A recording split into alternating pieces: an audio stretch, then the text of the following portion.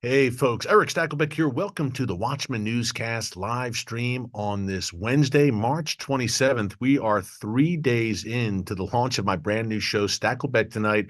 I hope you've all been watching. I got a big announcement there in a minute, just so you know what we're going to get into We here celebrate today, nothing. though.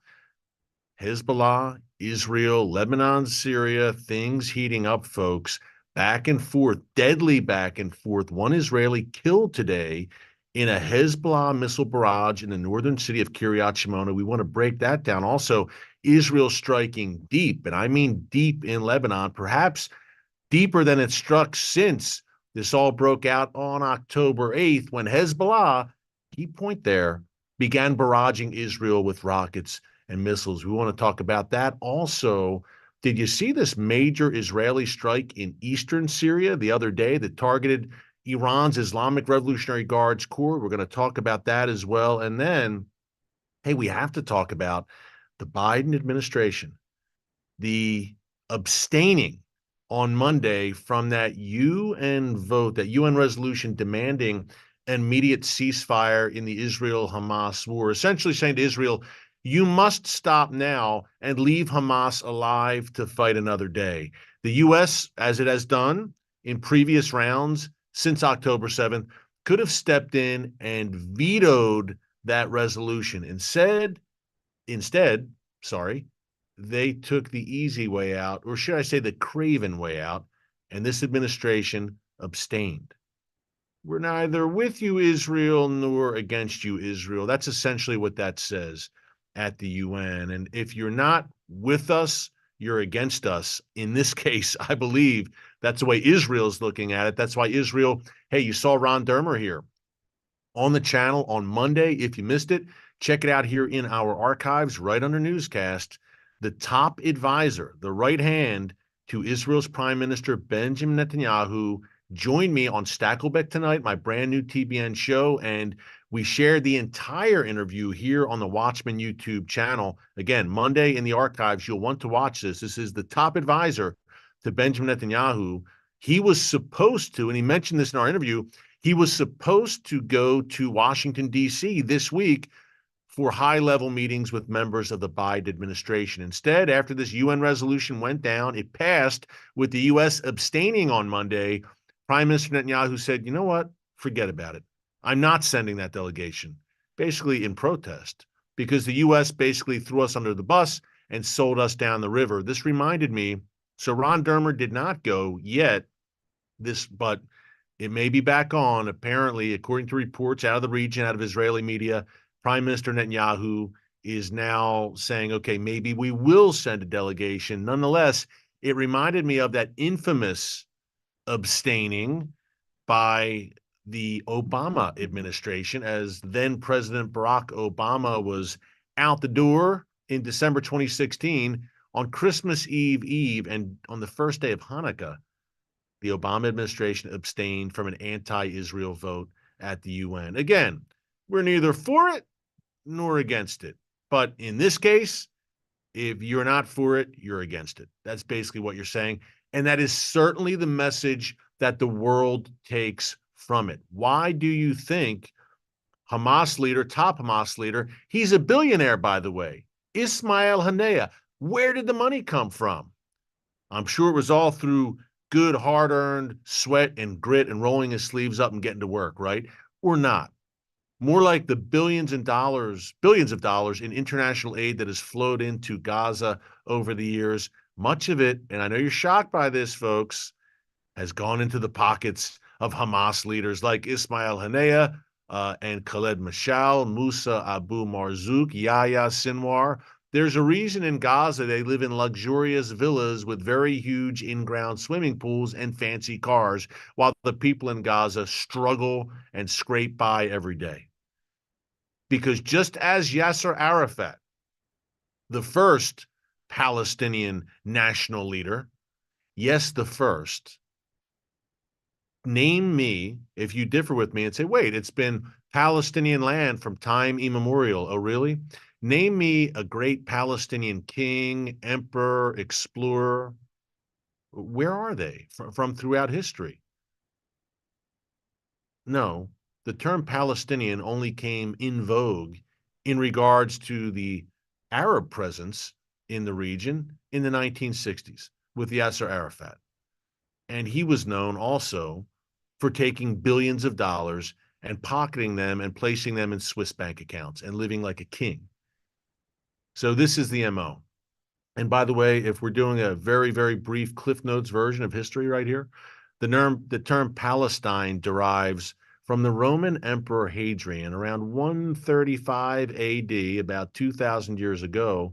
He renamed the land of Israel, Judah, Syria, Palestina, Philistine, Philistia. Why did he do that? As an insult to the Jewish people. Remember, you had the first revolt, AD 70, the second temple destroyed by the Roman general Titus. Lesser discussed, but even more violent and bloody for the Jewish people was the Bar Kokhba revolt between 132 and 135 AD. By the end of that revolt, the Roman Emperor Hadrian, you've heard of Hadrian's Wall? Well, he also left his imprint on the city of Jerusalem and Israel in general. He banned the Jewish people from Jerusalem. They weren't allowed to enter, slaughtered some 1 million Jews during that revolt, 1 million. And again, renamed the land Syria, Palestina, the Philistines, the Palestinians. Why? Because the Philistines were the ancient enemies, the bitter enemies of Israel. He did it as a dig, as an insult to the Jewish people and the people of Israel. And to add insult to injury, he renamed Jerusalem Aelia Capitolina, and he placed a pagan shrine atop the Temple Mount where the temple had once stood. I believe it was a temple to the Roman god Jupiter, if I'm not mistaken. I may be wrong there. But bottom line, pagan temple on the Temple Mount. Brief history lesson. I don't know how I got on that tangent, but I'm glad I did because it brings me back full circle. Number one, because many people don't know the history and there's much more to it. But number two, Ismail Haniyeh, the Hamas leader, with Ayatollah Khamenei, the supreme leader of Iran, again, doing a victory lap this week.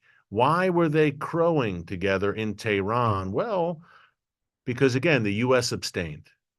And although the Biden administration might say, hey, we're trying to create, they're not going to say this. They say the opposite publicly, but if you're watching this and you have common sense, you see exactly what's going on.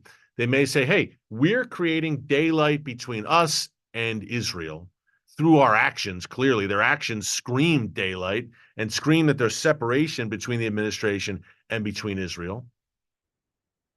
And that's how the world takes it. So the Biden administration might say, well, look, maybe the world will like us more and won't be mad at us if we sell Israel down the river and distance ourselves from the world's one and only Jewish state.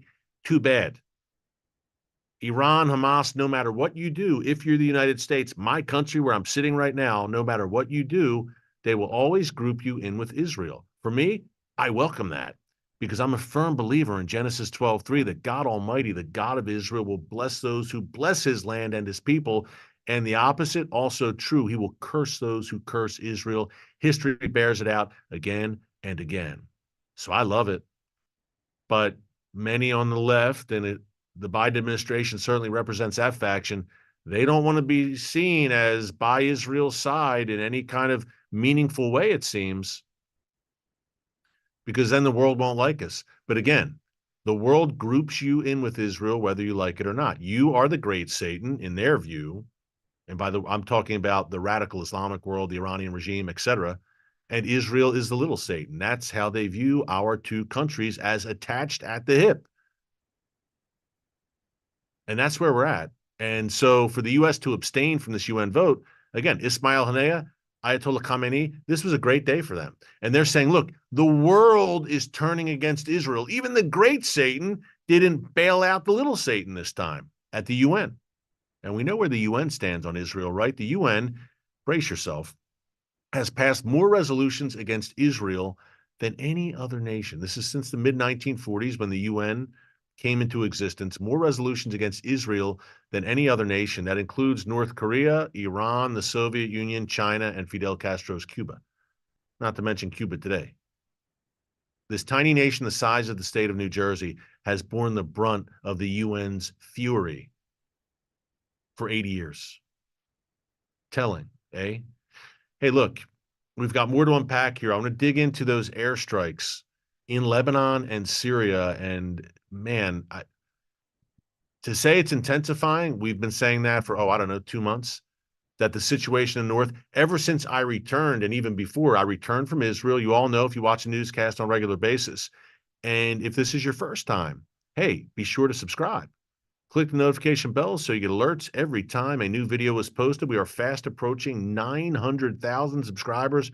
Hard to believe, not for our glory, but for the glory of God Almighty. He's the reason we have this channel. He's expanding our territory for such a time as this, because we live in times that the prophet Isaiah described very accurately, when good is called evil and evil is called good. So folks, we need voices of truth. And we try to do that here in this channel. Be sure to subscribe, click the notification bell so you get alerts every time a new video is posted. Speaking of voices for truth, of truth, big announcement here. I mentioned at the top, tomorrow, that is Thursday, March 28th. Now, we launched our brand new show, Stakelbeck Tonight, on TBN this week. Started, as I mentioned earlier, with Ron Dermer, the top advisor to Israeli Prime Minister Benjamin Netanyahu.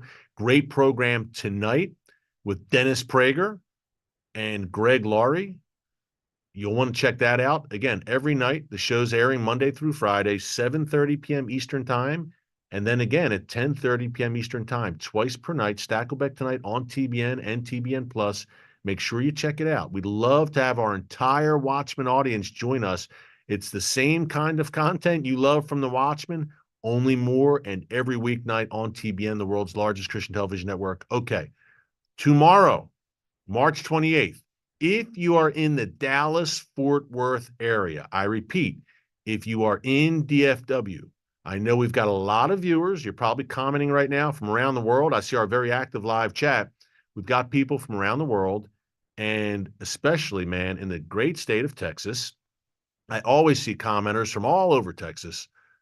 Tomorrow in DFW, join us live for a live studio taping of Stakelbeck Tonight. The information is in the description under this video. I repeat, all the details, the location, our brand new TBN headquarters in Fort Worth, Texas, in the description under this video. That's where you will find it. You can sign up right now to register and meet me and our team and be in the audience here in our beautiful new global headquarters, beautiful studios, for a live taping of Stakelbeck Tonight tomorrow afternoon. Again, description is where you'll find all the details. You can register there if you are in Dallas, Fort Worth, or points thereabouts. I don't want to make you drive too far, but come on down. Even Oklahoma, you can get down here, right? That's not too far, I'm learning. All-star Israel panel in studio, and you could be a part of it, which is pretty cool. I'd love to meet you in person, whoever you are, wherever you are, and you can support Stakelbeck Tonight and the Watchman. Again, that is tomorrow, Thursday, March 28th. All the details are in your description right under this video. Would love to see you here.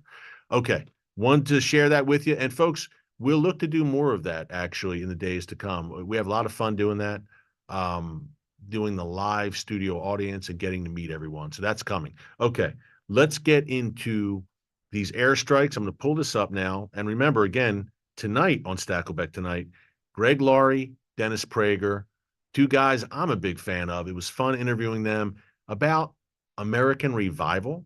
Can we have it? Are we too far gone? Can we turn this thing around in the United States? There's only one way we'll do it, and that's turning back to God Almighty. We talk about all that tonight. You'll want to watch that. Okay, let's dig into these airstrikes. Okay, early this morning, today's Wednesday, March 27th, we had major strikes in Lebanon. Israel eliminated some Hezbollah operatives. And I mentioned at the top, we had Hezbollah strikes against northern Israel, Kiryat Shimona, that beautiful town in northern Israel. But let's back it up, folks, real quick to, I believe this was Monday night in eastern Syria. Now, originally, when reports came out, they were saying, well, the United States did it. Color me skeptical. It was my thought right away. The Biden administration, which has worked so hard to appease the Iranian regime and not make Iran angry, in hopes of eventually forging some kind of insane, disastrous new Iran nuclear deal. I said, I find it very unlikely that the Biden administration would preemptively strike Iranian Islamic Revolutionary Guard's assets. And I was right, because it looks like Israel, the Israeli Air Force, was behind this strike, where at least one member of Iran's Islamic Revolutionary Guards Corps was killed in a series of airstrikes. I'm quoting right here directly from the Jerusalem Post. I don't want to misquote. Was killed in a series of airstrikes that targeted sites in the Deir ez-Zor region of eastern Syria on Monday night, according to Iranian media. And 7 Syrian soldiers, the Assad regime, apparently killed, others injured. But this military advisor, quote, from the Islamic Revolutionary Guards was named Behruz Vahedi, and he was apparently a relatively big fish. Folks, anytime that a member of the Islamic Revolutionary Guards Corps is killed, this is the elite vanguard of the Iranian regime. I compare them to, say, the Nazi SS, intimately involved with every aspect of the regime. But I would say the IRGC, even more involved, even more powerful. They have their hand in every aspect of Iranian society, including the nuclear program, Iran's economy. They've got their own parallel military. So when one of them are killed, it's always a blow to Iran, number one. And number two, Iran usually looks for a way to respond. Now, Israel carried out strikes deep in Lebanon this morning that eliminated several Hezbollah operatives. And Hezbollah always looks to respond. And by the way, I mentioned at the top, Hezbollah launched this. Look, October 7th happened. Hamas launches a vicious, bloody terror attack against Israel. That's October 7th.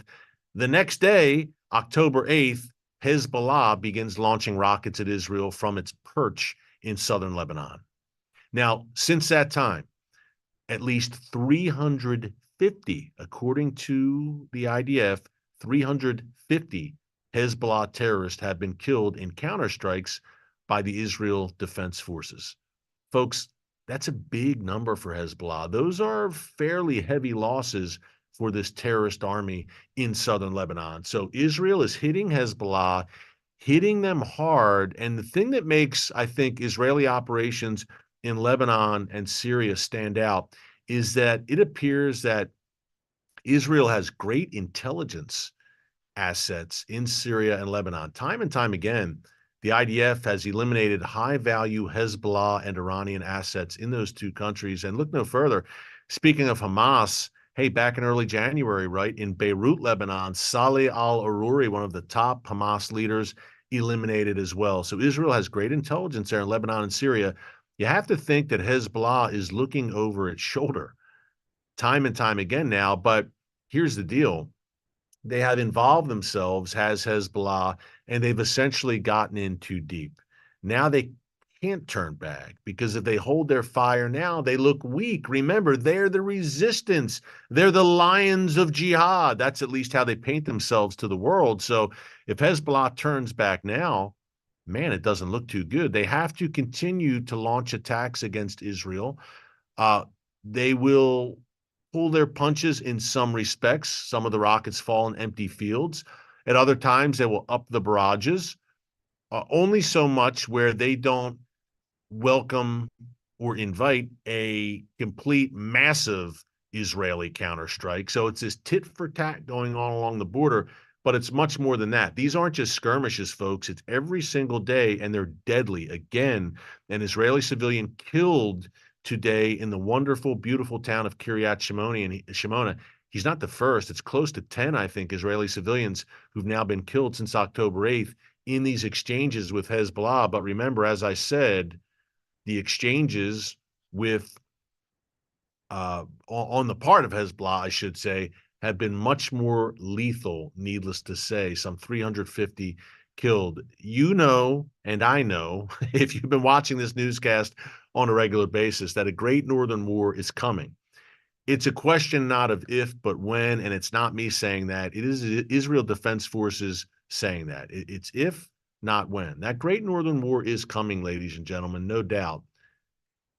The only question is, again, when. Israel cannot abide by this current situation. Ron Dermer, who's Israel's Minister of Strategic Affairs, top advisor to Benjamin Netanyahu, he alluded to this in our conversation the other day. Again, check it out here in our archives under Newscast. If you missed that, Monday, March 25th, my interview with Ron Dermer, he was fantastic. I've known Ron for a long time. He breaks it down. He's bold. He doesn't mince words, and he is in the room by the prime minister's side when major decisions are happening. So you'll want to check that interview out from Monday, again, under Newscast in our archives, March 25th. But Ron said, look, if we can't push Hezbollah back diplomatically from that Israel-Lebanon border, we're going to have to take action. And call me crazy, but I don't think that Hezbollah is just willingly going to back up from that border. I don't see it. I don't see any solution there other than if the goal is to back Hezbollah up, and that should be the goal, far from that border, I don't see any other way to do it other than military force. And already the IDF has backed Hezbollah up some. And again, Hezbollah has incurred heavy losses, but they're not thrown in the towel, and they're going to be loath to give up that territory on Israel's northern border. That's a key strategic base for Hezbollah's overall strategy of wiping Israel off the map. Perhaps when Israel gets into this and goes all in with Hezbollah, the goal will be not just to push back Hezbollah from the border, but to crush Hezbollah, just as the goal is to crush Hamas in Gaza. I think that should be the goal because Hezbollah is an existential threat. And if you don't deal with that threat, if you let it fester, if you think deterrence will work, well, guess what? October 7th blew that theory out of the water, right? Deterrence with Hamas was an utter failure, as we see now. And I don't think Israel's going to make that same mistake with Hezbollah. So fasten your seatbelt. We know that's coming. Continue to pray about this entire situation. Last thing to pray about, the tensions, and there's no other way to put it now, between the Biden administration and the Netanyahu government. Where do we begin? We've talked about this a bunch in the past few weeks, right? But that abstaining on the part of the U.S., to me, was a disgrace on Monday. Hey, now the U.S. did veto anti-Israel resolutions and resolutions calling for a ceasefire at least 4 times since October 7th. And I have to say that, you give credit where it's due. But this was throwing Israel under the river at its most vulnerable point. Why? Because the U.S., like the rest of the world, is howling and gnashing its teeth over the possibility of Israel going into Rafah and finishing the job. And we have John Kirby, White House spokesman, today saying, well, Israel doesn't need to go into Rafah on the ground. There are other ways to root out Hamas there. Really? Please share. Israel's a sovereign nation. Israel should not be dictated to by anyone, including the United States, the country I love and where I live. Israel needs to do what Israel thinks is best for its security so that October 7th never happens again. And if Israel believes that going into Rafah is what it takes to crush Hamas and prevent more October 7th, then Israel needs to do it. And that's the bottom line. But we'll have the Biden administration continue to lecture the Netanyahu government. As I mentioned at the top, Netanyahu canceled that delegation that was supposed to travel to the United States. And now it's back on, apparently. We don't have firm dates there. But folks, the world, this is the key takeaway here. Ismail Haniyeh, Ayatollah Khamenei, victory lap in Tehran on Monday. They were boasting and gloating over the U.S. and Israel, in their view, falling out. Look, when there's daylight at a moment like right now, it sends the absolute wrong message to the world's worst actors, who, by the way, not only loathe Israel, they loathe the United States. It almost reminds me, and we just had Purim, right? On Monday, the holiday of Purim, the people of Israel observed, commemorating the story of Esther, when Mordecai says to Esther, you could take a pass here. Stay in the background, stay out of trouble, keep a low profile, but don't think that it won't come back and bite you eventually too, is essentially what he says to Esther. You think maybe if you're quiet, you don't say anything, that you'll be spared while the Jewish people are killed. And Esther, thankfully, and made the opposite decision. She stepped up for such a time as this. As Mordecai said, that's Esther. She's a hero, a heroine of the Bible. She did exactly that, and that story is commemorated when Haman hung himself on his own gallows. The gallows meant for Mordecai on Purim, 2,400 years ago. But if the Biden administration thinks, you know what I mean? Like in that way, if the Biden administration thinks, well, we can escape the wrath of radical Islam if we just distance ourselves from Israel, they're sadly mistaken. Israel's enemies and America's enemies are one in the same. Whether the Biden administration wants to admit that or not, you can put on a full court press charm offensive with the Iranian regime. It ain't going to work. Hey, we got to go a bit early today. I got to do some filming here, but reminder, Stakelbeck tonight, every Monday through Friday on TBN, 7:30 p.m. Eastern Time, 10:30 p.m. Eastern Time, twice per night, 7:30, then the re-air, 10:30 Eastern Time here in the United States.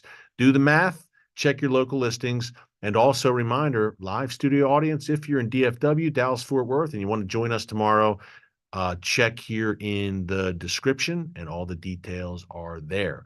Hey, thanks so much for joining us here today on the Watchman Newscast. Until tomorrow, God bless you, and remember, never hold your peace. Hey everyone, thanks for checking out the Watchman Newscast. Make sure you hit the subscribe button so you never miss an upload, and tap the bell icon so you're notified every time a new video is posted. And don't forget to share your thoughts, insights, and comments below.